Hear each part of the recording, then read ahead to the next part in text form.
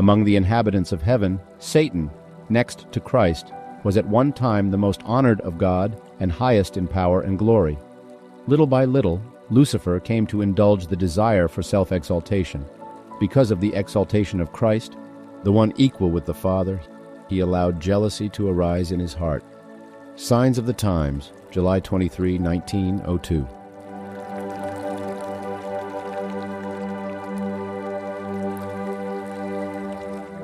The prince of the power of evil can only be held in check by the power of God in the third person of the Godhead, the Holy Spirit. Kalau Ellen White mengajarkan bahwa the third person of the Godhead adalah the third being atau oknum ketiga, dia akan mengatakan bahwa Roh Kudus adalah oknum ketiga tertinggi di surga selain Bapa dan Anak, sesuai dengan yang diajarkan doktrin Trinitas. Apakah memang demikian? Satan, next to Christ, was at one time most honored of God and highest in power and glory. Kutipan ini dengan jelas menunjukkan bahwa oknum ketiga setelah Kristus adalah setan, bukan Roh Kudus. Jadi urutannya adalah Bapa, Anak, lalu setelah itu oknum ketiga tertinggi di surga adalah setan. Setanlah being ketiga. Dan Roh Nubuat nggak mengajarkan bahwa the third person adalah the third being, karena the third being itu adalah setan, bukan Roh Kudus. Roh Kudus adalah rohnya Kristus, dan the third person ini adalah rohnya Kristus, bukan the third being. Dengan kita bilang the third person adalah the third being, artinya the third person adalah setan. Apa yang terjadi setelah setan jatuh dan dibuang? Siapa the third being di surga yang menggantikan setan? Di kutipan Desire of Ages kita baca, Gabriel lah malaikat yang menggantikan setan waktu dia jatuh dan dibuang dari surga. Dan dialah yang mengambil posisi setan. Sekarang Gabriel lah yang berdiri setelah the Son of God. Gabriel lah yang posisinya next to Christ. Sebagaimana setan waktu dia di surga, dia punya posisi next to Christ. Sekarang Gabriel lah yang posisinya next to Christ. Artinya Gabriel lah oknum ketiga di surga. Urutannya Bapa, Anak, dan Gabriel. Dan sebelum itu Bapa, Anak, dan Lucifer. Jadi kita bisa lihat bahwa tidak ada oknum ketiga yang namanya Roh Kudus. Walaupun Miss White bilang the third person of the Godhead adalah the Holy Spirit, dia nggak maksudkan the third person itu adalah oknum ketiga. Karena di tulisan lainnya dia bilang oknum ketiga itu yang tadinya Lucifer sekarang digantikan Gabriel, bukan Roh Kudus. Roh Kudus adalah rohnya Kristus, bukan oknum ketiga.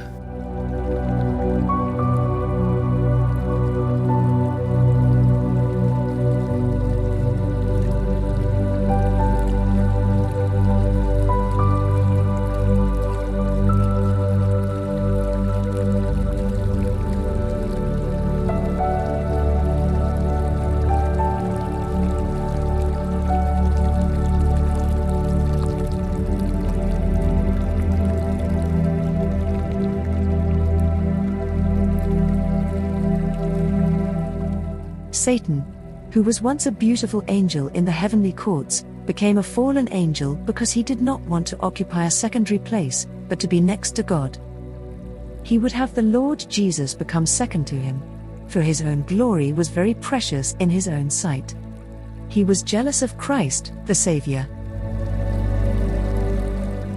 Setan waktu di surga, dia mau menduduki posisinya Kristus, di mana posisi Kristus itu di samping Bapa. Dan dia mau Kristus di bawah dia, di posisi dia sekarang. Artinya dia mau di samping Bapa dan Kristus setelah dia. Jadi yang dia inginkan ialah Bapa, dan di samping Bapa adalah dia, dan setelah dia Kristus. Sementara posisi dia sekarang ialah posisi setelah Bapa dan Kristus. Dia cemburu terhadap Kristus. Jadi kita bisa lihat dalam kutipan ini bahwa yang ketiga ini bukan Roh Kudus. Yang ketiga ini adalah Lucifer yang menjadi setan. Jadi posisi di surga adalah Bapa, dan di samping Bapa adalah Anak, lalu di bawah mereka adalah Lucifer. Itu 3 oknum yang ada di surga. 2 oknum pertama adalah oknum pencipta, dan yang ketiga inilah oknum yang diciptakan. Mrs. White tidak mengajarkan bahwa oknum ketiga adalah Roh Kudus. Malahan Roh Kudus nggak disebut sama sekali kalau bicara posisi pertama, kedua, dan ketiga di surga. Karena Roh Kudus adalah rohnya Kristus. Yang kita sudah belajar adalah rohnya Bapa. Jadi waktu Miss White bilang the third person of the Godhead, dia nggak bilang bahwa ada oknum ketiga daripada Godhead ini yang adalah Roh Kudus. Yang dia bilang adalah ini adalah rohnya Kristus. Karena dalam tulisan-tulisan Miss White sangat jelas dia menunjukkan bahwa oknum ketiga di surga sebelum setan dibuang adalah Lucifer. Dan setelah dibuang, oknum yang menggantikan Lucifer adalah Gabriel.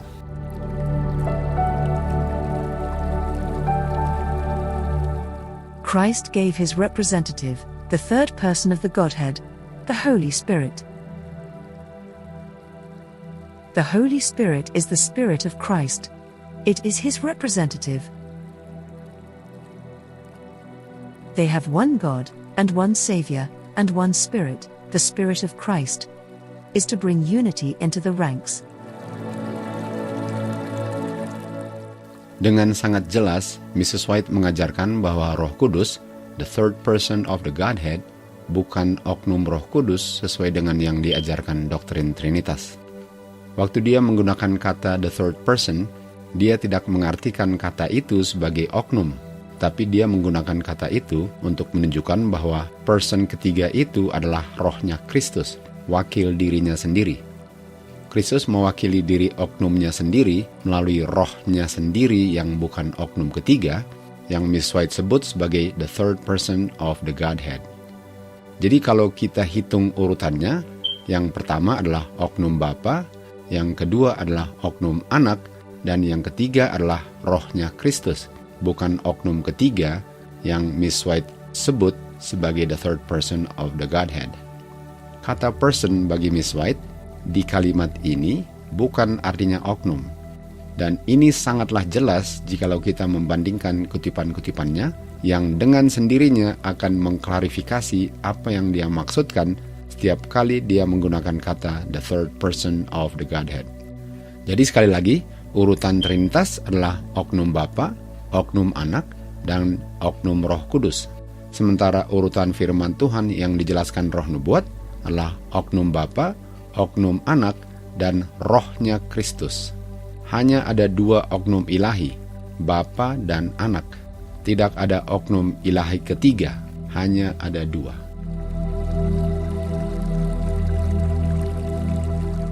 Seandainya Mrs. White mengajarkan bahwa Roh Kudus adalah oknum ketiga atau the third being, kita akan temukan di kutipan-kutipannya 3 oknum atau 3 beings.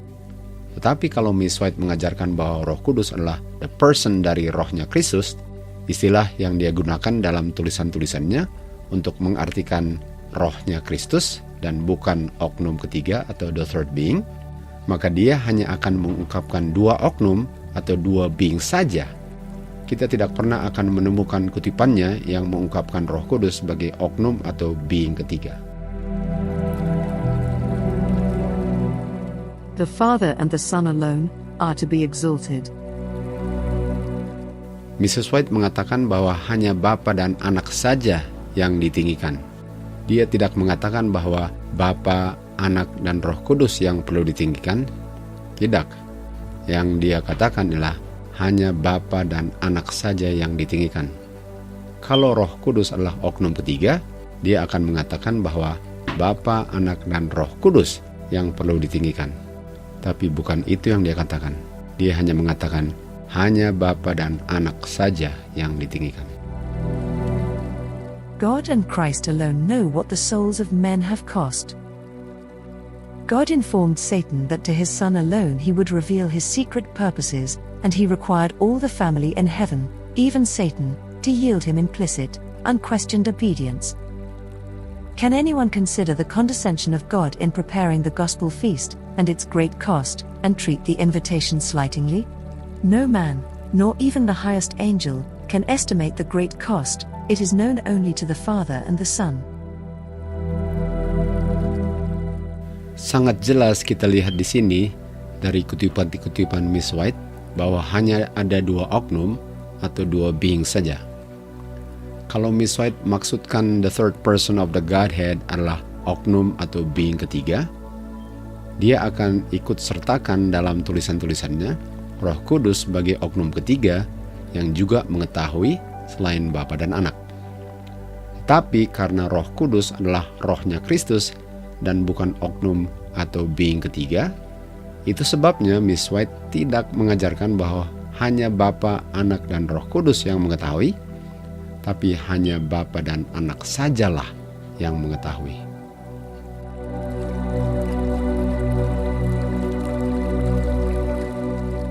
For by him were all things created, that are in heaven, and that are in earth, visible and invisible, whether they be thrones, or dominions, or principalities, or powers, all things were created by him, and for him. Christ the Word, the only begotten of God, was one with the eternal Father, one in nature, in character, and in purpose. The only being in all the universe that could enter into all the counsels and purposes of God. By Christ the Father wrought in the creation of all heavenly beings. By him were all things created, that in heaven. And to Christ, equally with the Father, all heaven gave allegiance. Kristus adalah satu-satunya oknum atau being selain Bapanya yang menciptakan segala-galanya. Bapa menciptakan segala-galanya melalui Anaknya. Hanya ada dua oknum ilahi atau divine beings yang terlibat dalam pekerjaan penciptaan. Let me also indicate that God the Father, God the Son, God the Holy Spirit all participated in the literal creation of this world. Presiden General Conference of Seventh-day Adventist Church mengatakan bahwa ada 3 oknum yang terlibat dalam pekerjaan penciptaan. Artinya, di Kejadian 1 ayat 26, sesuai dengan doktrin Trinitas, mengajarkan bahwa ada 3 oknum ilahi yang terlibat dalam pekerjaan penciptaan. Apa yang dituliskan oleh Miss White mengenai ayat ini? Siapa yang berbicara di ayat itu dan kepada siapa dia berbicara?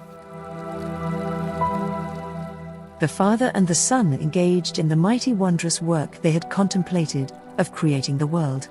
After the earth was created, and the beasts upon it, the Father and Son carried out their purpose, which was designed before the fall of Satan, to make man in their own image.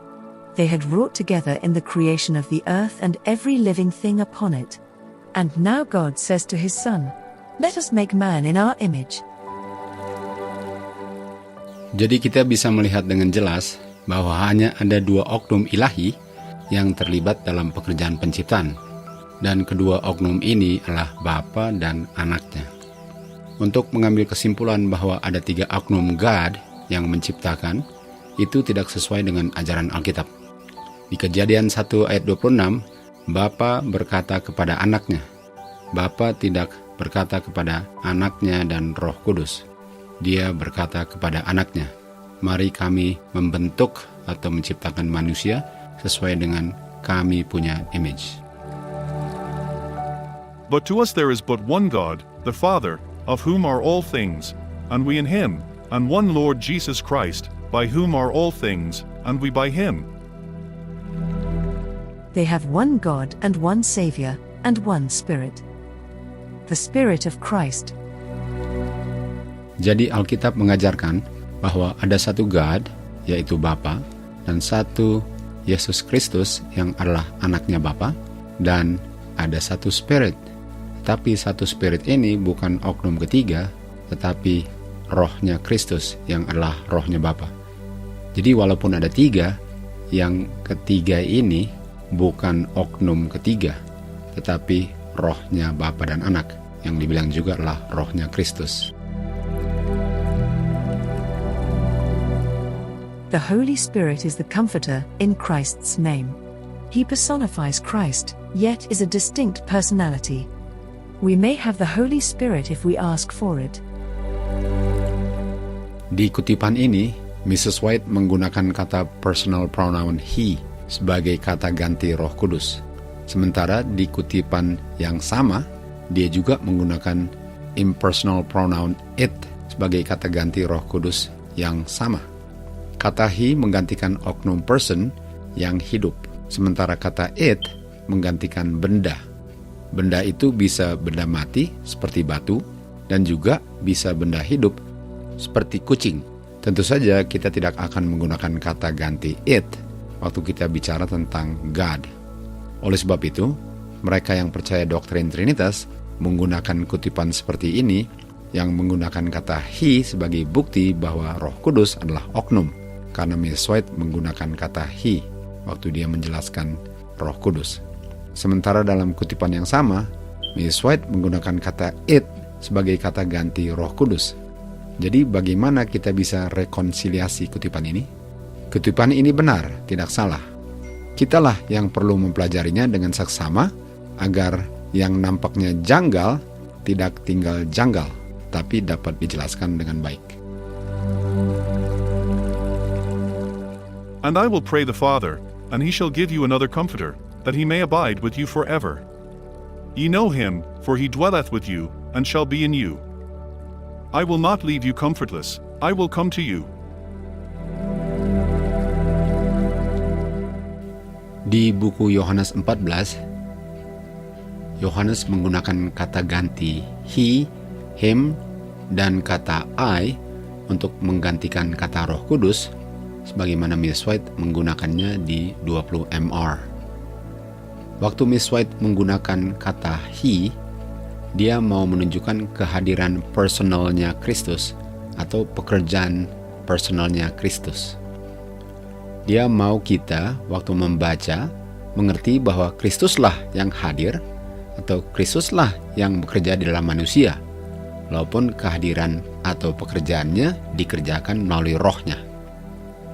Sebagaimana Kristus di buku Yohanes, waktu dia berbicara kepada murid-muridnya, dia inginkan murid-muridnya mengetahui bahwa yang datang nanti adalah dirinya sendiri, bukan oknum selain dirinya sendiri, walaupun melalui rohnya.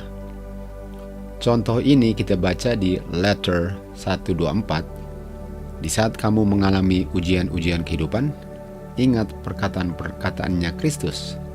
Ingat bahwa dia, dan kata dia ini adalah he. Ingat bahwa dia hadir di dalam person Roh Kudus walaupun tidak kelihatan. Jadi Miss White mau tekankan bahwa Tuhan Yesuslah yang hadir, bukan oknum yang selain Tuhan Yesus yang hadir, tapi Tuhan Yesuslah yang hadir. Di sini Miss White mau tekankan bahwa Kristuslah yang hadir di tengah badai kehidupan kita, karena Kristuslah penghibur kita yang melalui rohnya menghibur dan menolong kita di waktu kita mengalami badai kehidupan. Itu adalah penghiburan yang hanya bisa kita peroleh dari Kristus dan bukan dari oknum ketiga yang sebenarnya enggak ada. Itu sebabnya setan mau menyingkirkan Kristus sebagai penghibur kita dengan mengajarkan bahwa Roh Kudus adalah oknum ketiga di surga yang sebenarnya enggak ada. Di kutipan berikut ini, kita melihat hasilnya daripada gereja-gereja yang menyangkal atau menolak Kristus sebagai penghibur dan penolong mereka. Setan berhasil untuk menggantikan Kristus sebagai penghibur kita dengan oknum ketiga yang sebenarnya adalah oknum setan, dan dia mau menggantikan posisi Kristus di surga. Alasannya kenapa gereja-gereja lemah, sakit-sakitan, dan siap untuk mati, karena setan berhasil untuk membuat gereja-gereja ini tidak melihat bahwa penghibur itu adalah Tuhan Yesus. Dan itulah sebabnya Kristus mau kita mengetahui bahwa dialah sebenarnya yang datang. Dan setan mau kita nggak tahu bahwa dia yang datang karena dia gantikan Tuhan Yesus dengan oknum ketiga. Sehingga penghibur kita tidak bisa menghibur kita kalau kita tolak dia sebagai penghibur. Dan oknum ketiga itu kita tahu, kita sudah belajar di pelajaran ini, adalah setan sebelum dia jatuh dari surga.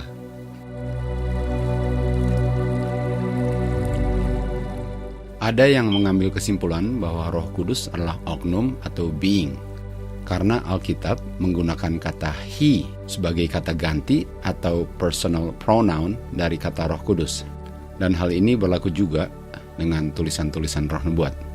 Contohnya kita lihat di Yohanes 16. Nevertheless, I tell you the truth, it is expedient for you that I go away. For if I go not away, the Comforter will not come unto you, but if I depart, I will send him unto you.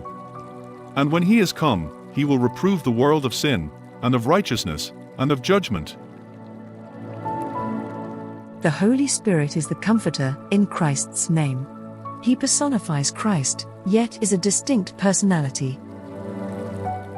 Tetapi di buku Roma 8 ayat 16 dan 26, kita temukan ayat yang menggunakan kata ganti it sebagai kata ganti Roh Kudus dan bukan he. Sementara kita tidak pernah akan menggunakan kata it kalau kita mau bicara tentang God, Bapa, ataupun Kristus. Kata ganti atau impersonal pronoun it berlaku bagi benda mati dan juga benda hidup, contohnya binatang. Sehingga impersonal pronoun it tidak pantas untuk digunakan kalau bicara tentang Roh Kudus, seandainya Roh Kudus adalah oknum God ketiga di surga per ajaran Trinitas. The Spirit itself beareth witness with our spirit that we are the children of God. Likewise the Spirit also helpeth our infirmities, for we know not what we should pray for as we ought, but the Spirit itself maketh intercession for us with groanings which cannot be uttered. Dari kutipan ini, Roh Kudus adalah rohnya Kristus atau Kristus punya roh. Kristus punya mind. Kristus punya kehidupan. Bukan oknum ketiga di surga selain Bapa dan Anak. Kita tahu bahwa Kristus memiliki mind, life, dan roh. Dan itu bukan oknum atau being. Sehingga kata it digunakan sebagai kata ganti rohnya Kristus. Sementara kata it tidak bisa digunakan kalau Roh Kudus adalah oknum, sebagaimana Bapa dan Kristus adalah oknum. Sehingga kita nggak pernah akan menggunakan kata it untuk menggantikan Bapa atau Anak. Jadi penghibur itu adalah Kristus melalui rohnya. Itulah sebabnya kata ganti personal he dengan him digunakan. Karena Yohanes sedang berbicara tentang Kristus walaupun melalui rohnya. Kita baca ini di Yohanes 14. And I will pray the Father, and he shall give you another Comforter, that he may abide with you forever. Ye know him, for he dwelleth with you, and shall be in you. I will not leave you comfortless, I will come to you. Ayat ini fokusnya kepada Kristus, walaupun melalui rohnya. Kristuslah yang akan datang menggantikan dirinya sendiri melalui rohnya. Kristuslah penghibur kita. Tiada penghibur selain Kristus. Yang Yohanes mau tekankan adalah Kristusnya, walaupun melalui rohnya. The Savior is our Comforter. This I have proved him to be. As by faith we look to Jesus, our faith pierces the shadow, and we adore God for his wondrous love in giving Jesus, the Comforter. Itu sebabnya dia menggunakan kata he dengan kata him, karena fokusnya adalah Kristus. Karena dia mau murid-muridnya tahu bahwa dia yang sama, yang selama ini bersama mereka, yang akan tetap bersama dengan mereka sampai the end of the world, walaupun melalui rohnya. Teaching them to observe all things whatsoever I have commanded you, and, lo, I am with you always, even unto the end of the world. Waktu Kristus menggunakan kata he, dia tidak bilang bahwa dirinya akan digantikan oleh oknum selain dirinya sendiri. Tetapi dia menggunakan personal pronoun he, yang artinya dirinya sendiri, secara personal, yang walaupun tidak kelihatan, tetapi selalu hadir bersama-sama dengan murid-muridnya. The Holy Spirit is the Comforter, as the personal presence of Christ to the soul. He would represent himself as present in all places by his Holy Spirit, as the omnipresent. And I will pray the Father, and he shall give you another Comforter, that he may abide with you forever. I will not leave you comfortless, I will come to you. Jadi kata it itu digunakan untuk menunjukkan fungsi atau pengaruh daripada Roh Kudus. Sementara kata he, him, himself itu mau tekankan atau menunjukkan Kristusnya lah yang hadir secara personal walaupun melalui rohnya. Di buku Roma, fungsinya Roh Kudus ini untuk menjadi saksi dan menolong kita di dalam kelemahan kita dan mengartikan maksud isi hati manusia. Roh Kudus adalah pengaruh yang mempengaruhi manusia kalau diterima, dan manusia ini akan dirubahkan sesuai dengan karakternya Tuhan hasil pengaruh Roh Kudus. Kita tahu Roh Kudus bukan oknum, tetapi pengaruh dan berfungsi untuk menolong manusia. Dan setiap kali fokusnya adalah fungsi atau pengaruh Roh Kudus, kata it yang digunakan. Dan setiap kali yang ditekankan adalah Kristusnya, kata he, him, atau himself digunakan. And I will pray the Father, and he shall give you another comforter, that he may abide with you forever, even the Spirit of truth. I am the way, the truth, and the life. Penghibur yang lain yang dijanjikan untuk dikirim kepada murid-muridnya adalah Roh kebenaran. Sementara Yohanes 14:6, Tuhan Yesus katakan, Akulah kebenaran. Artinya, another comforter ini adalah rohnya Kristus. Jesus comes to you as the Spirit of truth. To the guidance of this comforter, all who believe in Christ may implicitly trust. He is the Spirit of truth, but this truth the world can neither discern nor receive. Kesimpulannya, setelah membandingkan kutipan-kutipan roh nubuat dan ayat-ayat Alkitab, Roh Kudus yang adalah the third person of the Godhead adalah rohnya Kristus sebagai wakil dirinya sendiri, bukan oknum ketiga selain Bapa dan Anaknya. Hanya ada dua oknum ilahi, tidak ada oknum ilahi ketiga di surga. Sebelum setan dibuang dari surga, dialah oknum ketiganya sebagai makhluk ciptaan. Dan setelah dia dibuang, oknum ketiganya yang menggantikan setan adalah Gabriel. Tidak ada oknum ilahi ketiga yang namanya Roh Kudus. Penghibur yang Kristus janjikan kepada murid-muridnya, yang adalah penghibur yang lain, adalah rohnya sendiri, bukan oknum selain dirinya yang namanya Roh Kudus. Kristus mewakili dirinya sendiri sebagai penghibur itu. Dia tidak diwakili oleh oknum selain dirinya sendiri. Roh Kudusnya yang disebut sebagai the third person of the Godhead yang memiliki personality adalah dirinya sendiri tanpa personality kemanusiaannya. Untuk menyangkal bahwa Roh Kudus adalah rohnya sendiri ialah untuk menggantikan Kristus dengan oknum ketiga yang mau menggantikan Kristus waktu di surga. Untuk mengajarkan bahwa Roh Kudus adalah oknum ketiga di surga ialah untuk menyangkal bahwa penghibur yang lain adalah rohnya Kristus. Kristus mengatakan bahwa dia akan selalu hadir bersama murid-muridnya sampai the end of the world. Dia tidak menjanjikan bahwa oknum ketiga selain dirinya yang akan bersama-sama dengan murid-muridnya sampai the end of the world. The Comforter is called the Spirit of Truth. His work is to define and maintain the truth. He first dwell in the heart as the Spirit of Truth, and thus he become the Comforter. There is comfort and peace in the truth, but no real peace or comfort can be found in falsehood. Through false theories and traditions that Satan gains his power over the mind. By directing men to false standards, he misshapes the character. Pekerjaannya Roh Kudus ialah untuk mendefinisikan kebenaran dan memberi damai dan penghiburan bagi yang menerimanya. Sementara tidak ada damai dan penghiburan bagi mereka yang menolak Kristus sebagai penghibur kita. Melalui teori yang salah dan pengertian yang tidak sesuai dengan kebenaran, setan menguasai pikiran manusia dengan kuasanya. Sementara kita tahu bahwa pikiran kita yang menentukan karakter kita. Setan membentuk karakter kita dengan teori-teori yang salah, sehingga karakter kita tidak memantulkan karakter Kristus. Jadi pertanyaannya, mengapa gereja-gereja sakit-sakitan, lemah, dan sudah mau mati kerohaniannya? Karena setan berhasil untuk menggoyang fondasi mereka yang tidak dibangun di atas kebenaran Kristus, sehingga mereka tidak melihat atau mereka tidak bisa melihat bahwa penghibur itu adalah rohnya Kristus. Mereka punya pengertian bahwa penghibur itu adalah oknum ketiga selain Bapa dan Kristus. Di Yohanes 17 ayat 17 dikatakan, "Sanctify them through thy truth." Untuk disanctify ialah untuk dibersihkan, di-cleanse. Orang itu di-cleanse, dibersihkan dari pengertian-pengertian yang salahnya melalui kebenaran. Thy word is truth. Kebenaran itu adalah firman-Nya. Dan kita tahu bahwa firman-Nya Kristus adalah rohnya dan kehidupannya. Yohanes 6 ayat 63.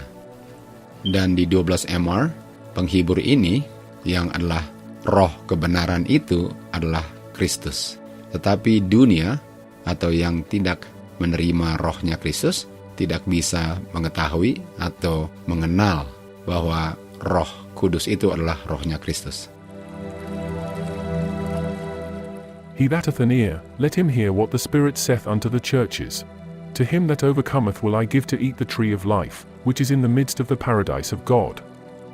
Mereka yang berhak untuk makan buah pohon kehidupan adalah mereka yang menang. Pertanyaannya, apa yang menyebabkan mereka menang dan apa yang ditaklukkan? Sin could be resisted and overcome only through the mighty agency of the third person of the Godhead. Christ has given his Spirit as a divine power to overcome all hereditary and cultivated tendencies to evil, and to impress his own character upon his church. Mereka yang masuk melalui pintu gerbang surga dan berhak untuk makan buah pohon kehidupan adalah mereka yang menang terhadap dosa. Mereka menang karena rohnya Kristus yang adalah the third person of the Godhead, bukan oknum ketiga, adalah kuasa yang mereka terima sebagai kuasa ilahi untuk tidak melayani daging dan untuk menurut setiap firman yang keluar dari mulut Bapa. Sehingga karakter Kristus dimiliki mereka karena Kristuslah atau rohnya Kristuslah yang berdiam di dalam mereka. To him that overcometh will I grant to sit with me in my throne, even as I also overcame, and am set down with my Father in his throne.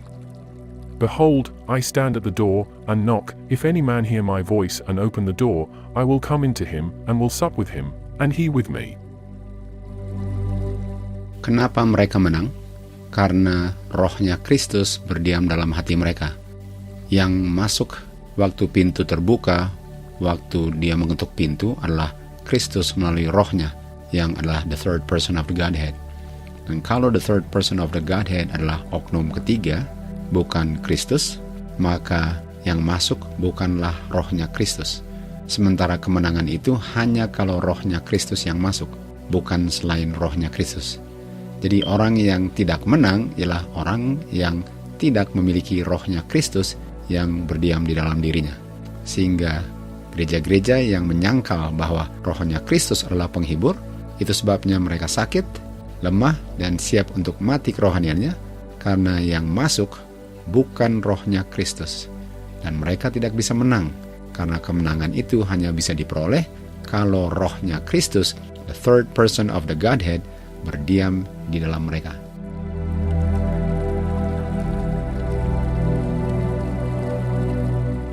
The question of greatest importance to you is, how do you treat my message?